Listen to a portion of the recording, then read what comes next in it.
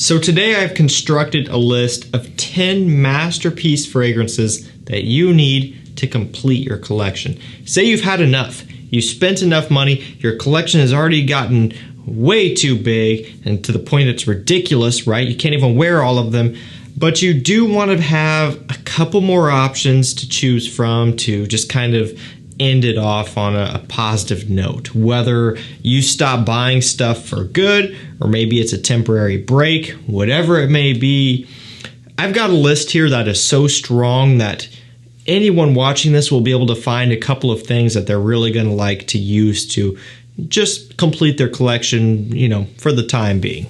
Because when I think about it, if I didn't already have these and I had to complete my collection, I would definitely throw these in. Now, it's kind of weird to say because I'm saying that because I've already smelled these and I have them, right? So it's kind of backwards.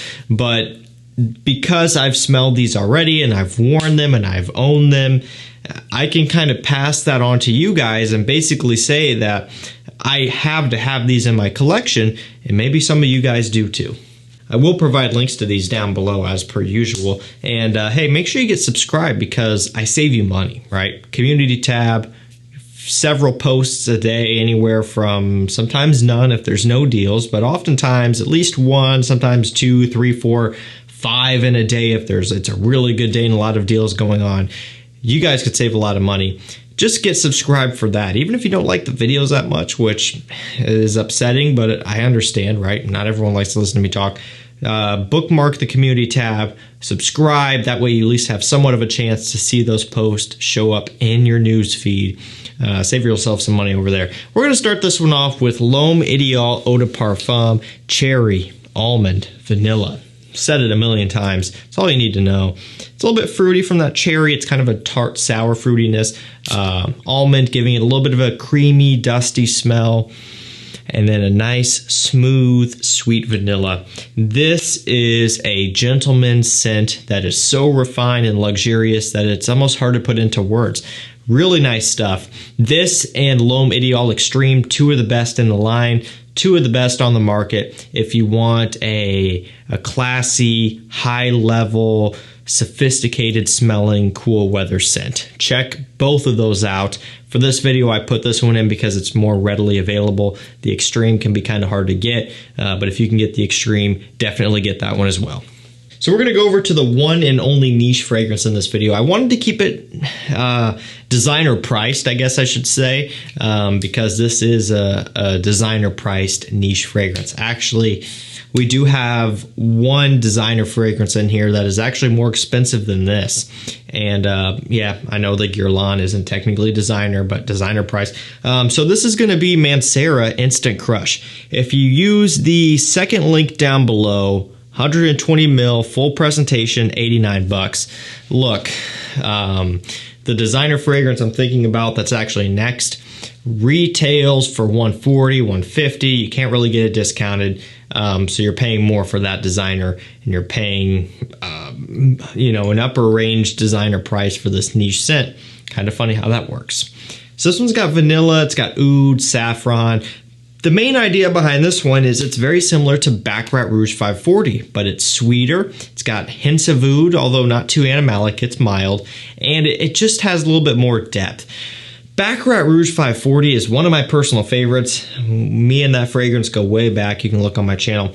But one thing that's weird about it is it's so transparent and light and woody that sometimes it's just, I don't know, it's like just a part of the air. It's so light. It doesn't have a lot of impact to it. Now, it's a beast mode fragrance. Don't get me wrong. The EDP and the Extrait are beast mode, but it's so unique. Anyone who smelled it will know what I'm talking about. It's just light and airy. If you want something with more punch, more depth, that scared me because it's a good pressurized atomizer. This is the upgraded presentation with the atomizer and the magnetic cap. Go for Instant Crush here. Good amount of sweetness, a lot of depth. It's also a really good compliment getter, believe it or not. And at this price point, you can't go wrong. And if you want a bit of a challenge, it's a nice blind buy. So here's that designer fragrance I was talking about that is more expensive than that niche fragrance there I was just talking about. It's Bleu de Chanel. It's going to be the Parfum. Now, realistically, this is kind of going to be your mileage may vary. Pick and choose your favorite type of deal. For me, the Parfum, at the end of the day, if I had to choose one, it's what it would be. If I had to choose only one Bleu de Chanel, that is. The EDP is a close second, and last, of course, EDT, right, by default. Not that the EDT is bad, because it's great, right? They're all great. That's the thing. You can't go wrong with any Bleu de Chanel. So again, it's a pick your poison type of deal. I just like the Parfum. I love the lemon zest. I love the woods going on in here. Just that added richness, the true Parfum concentration. I like the wearing experience. It's my pick. But I knew that when I was doing this video, I had to put in a Bleu de Chanel. I love this DNA. Even though I have so many things, I talk about so many other things, and it's a blue fragrance at the end of the day. It's so classy. It's so versatile. It's so sexy. And at the end of the day, it just makes me feel so confident and just so uplifted when I wear something like this. So I always recommend that everyone out there, no matter where you are in your collecting experience, should have some sort of Bleu de Chanel. And again, if you're more of a fragrance enthusiast at heart and you really want to get into stuff that's going to be a little bit more interesting, the Parfum is probably the way to go for you. But again, to each their own. From one Parfum to another, we have YSL Parfum. Now, this is a lait Parfum, okay? And I don't fully know if it's actually a Parfum or an EDP. I've seen both sides of the spectrum here. But what I do know is that it has apple, it has sage, amberwood, lavender, aromatic, fruity, sweet, but also blue in a way. That blue kind of ambroxan smell. It's actually my scent of the day right now. It smells fantastic. I love how this smells, especially on skin. You can pick this up, spray it on paper, spray it in the air. It smells nice. But when you actually get it on skin, it opens up, it comes to life, and it really shows its true color. So I do recommend you test it on your skin before you make a decision. I love this DNA. Not afraid to admit it. Before this was out, the EDP was my go-to. But again, I love refined fragrances, and they had several tries to get this right, and now they've landed on a Parfum that they put out, and I think it's the most refined. This is my choice. And from another Parfum to yet another Parfum, I didn't even plan this, but it did work out that way. It's Tom Ford Noir Extreme Parfum. Just did a first impressions, really like it. It's got, of course, the infamous Colfie note with vanilla, leather, rose, just some woods going on in here. It's focusing on that leather and the woody notes up top right off the bat, along with some spices like cardamom. And so it kind of separates itself from the original.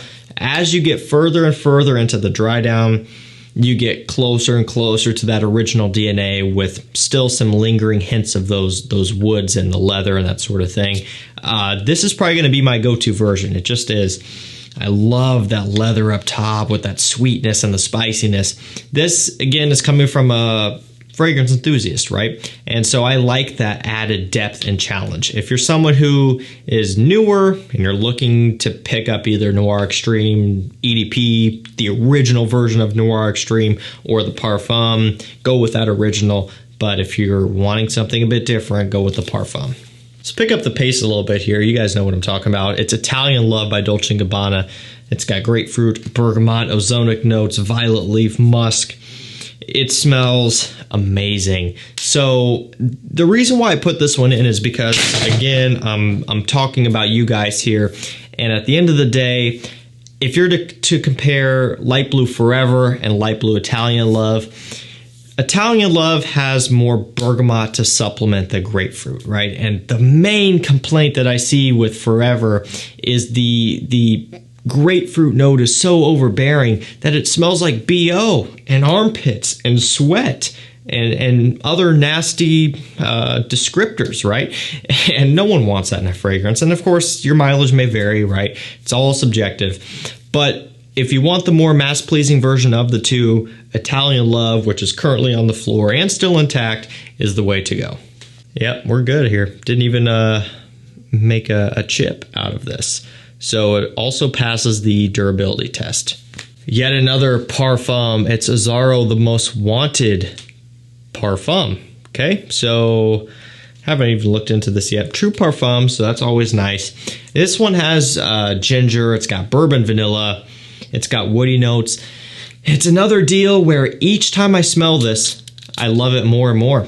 You know, it's kind of has this fizzy grape opening from the ginger coming across, kind of like Dunhill Icon, that type of fizziness. And then you really get into this sweet, semi-boozy vanilla and this nice mild sandalwood in the base. It's my pick. I know a lot of people still say they prefer the most wanted, just, you know, the most wanted all black bottle. That's still a great scent. To me, this has a bit more to offer, so I take the Parfum. I swear I didn't mean it to turn out this way, but we have EROS Parfum. Like I said, I'm partial to the Parfums. These Parfum flankers are seriously improving upon these tried and proven DNAs, and I can't help it. I love EROS Parfum. It's got, of course, vanilla, tonka bean, apple, mint, geranium greenness going on. It's EROS, but a little bit more grown up, although still EROS. So still youthful, still playful, that sort of thing. Big performance, big compliment getter. For what it's worth, believe it or not, actually kind of versatile. Sounds weird, you know, you may think EROS, oh, wintertime, parties, clubbing, that's it, right? But realistically, spring, fall, winter, and climate-controlled summer environments, blanket statement, playful settings, it really could work for a lot. You know, you can get this one for a good deal on discounters as well. It's a great performer, like I had mentioned. It wears like a parfum. And if you're in the market for EROS, to me, this is the one to get. Second to last, we have Hugo Boss The Scent Private Accord. It's got ginger, manica fruit, cacao. I've said this before, but it's one of those scents where I tend to forget about it a little bit. Not because the scent itself is forgettable, because it's not, but because I'm just wrapped up in other things. And Hugo Boss is a brand where it can be a little bit easy to kind of forget about certain things, right? You know, for me, I have so much love for Armani scents, Dior scents, YSL fragrances, Chanel's, that sort of thing, and they kind of take my attention a lot of the times. And, you know, Dolce & Gabbana, whatever, a lot of times I'm wearing those. Hugo Boss, even though this line is a little bit more premium compared to some of their others, they just tend to take a back seat. But every time I do pull this one out and smell it, I'm like, yeah, that is really nice. Super unique. You get that manica fruit with a little bit of a chocolatey smell, a little bit of a nice mild woody base going on. Super unique for what it is, believe it or not, and smells great. We're going to end this video on Valentino UOMO Intense. It's got vanilla, iris, tonka bean, all of that stuff. You know, it's a little bit more mass-pleasing and wearable than Dior Homme Intense, although not as mass-pleasing and mainstream as Givenchy Gentleman Eau de Parfum. Super easy way to describe it. It sits in the middle. Now, you know, you could put Dior Homme Intense in this video, and realistically it should be in here, but I talk about that one so much. I don't talk about this one as much, and I still do think you should own the Valentino. Even if you already have the Dior and you're looking at completing your collection with something, the Valentino has its uses as well. Mainly if you want a more vanilla-focused version of that DNA overall. I just love how this one smells, man. Especially on skin. That's very important. Spraying it up in the air like you see me do is great. Smells nice. But when you get this one on skin, my God, it smells amazing. Smooth, silky, spicy, and sweet. Just so sexy. I mean, the sex appeal and the elegance that this fragrance radiates is almost unmatched. I mean, it really is just nothing short of amazing. That silky, creamy vanilla coming through, kind of pushing through the iris underneath is nothing short of impressive. There's so much about this stuff that is amazing, and you really should have it. Alrighty guys, that's going to do it for me. 10 masterpiece fragrances that you need to complete your collection. And we'll provide links to these down below. That's going to do it for me. Thank you so much for watching. Stay safe, stay healthy. We'll see you tomorrow with another one. Take care.